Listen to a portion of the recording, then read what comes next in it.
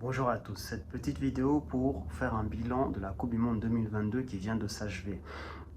Alors tout d'abord, bravo à l'Argentine pour le succès final en Coupe du Monde et bravo au Qatar pour l'organisation.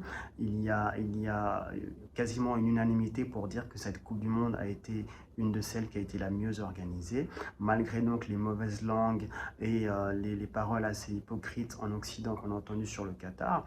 Alors c'est vrai qu'il y avait un vrai problème concernant les travailleurs immigrés, mais j'ose espérer maintenant que cette Coupe du Monde est finie, que le destin de ces travailleurs immigrés sera toujours autant une priorité pour l'Occident de manière générale.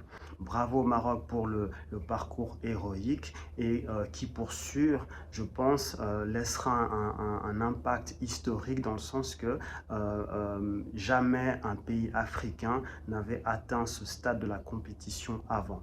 Également, j'ose espérer que ça amènera davantage de visibilité positive sur des compétitions comme la CAN, la Coupe d'Afrique des Nations.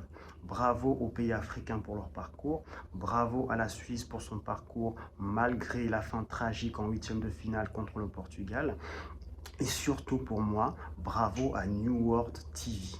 Mention spéciale pour New World TV. Alors peu de gens connaissent qui est New World TV.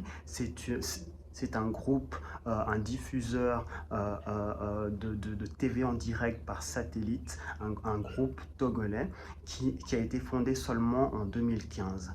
Alors, les gens qui ont fondé cette société, ce sont des personnes de la diaspora africaine, d'Europe et d'Amérique, et ils ont réussi un pari fou, c'est-à-dire qu'ils ont raflé les droits TV de diffusion des matchs de la Coupe du Monde au nez et à la barbe de Canal+, le groupe détenu par Vincent Bolloré.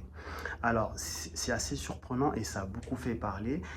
Il a même été dit, je pense, par beaucoup de détracteurs en Occident, notamment des chaînes TV du groupe Bolloré, qui ont en fait insinué que New York TV serait détenu en fait par des pays africains. Il semble en tout cas, selon les dires des dirigeants de New York TV, que ce ne soit pas le cas, que ce soit vraiment un groupe 100% indépendant.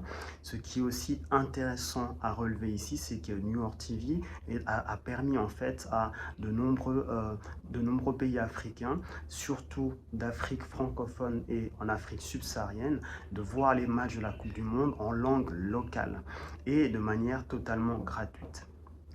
Un autre point qu'on peut soulever encore concernant l'exploit de New York TV, c'est que c'est un diffuseur en fait de programmes sportifs, mais également de programmes culturels et d'information.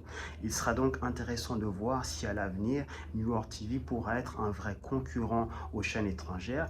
Sachez qu'en Afrique, de manière générale, les événements sportifs, culturels et d'information, les plus grandes chaînes en fait sont détenues par des sociétés étrangères, par des groupes étrangers.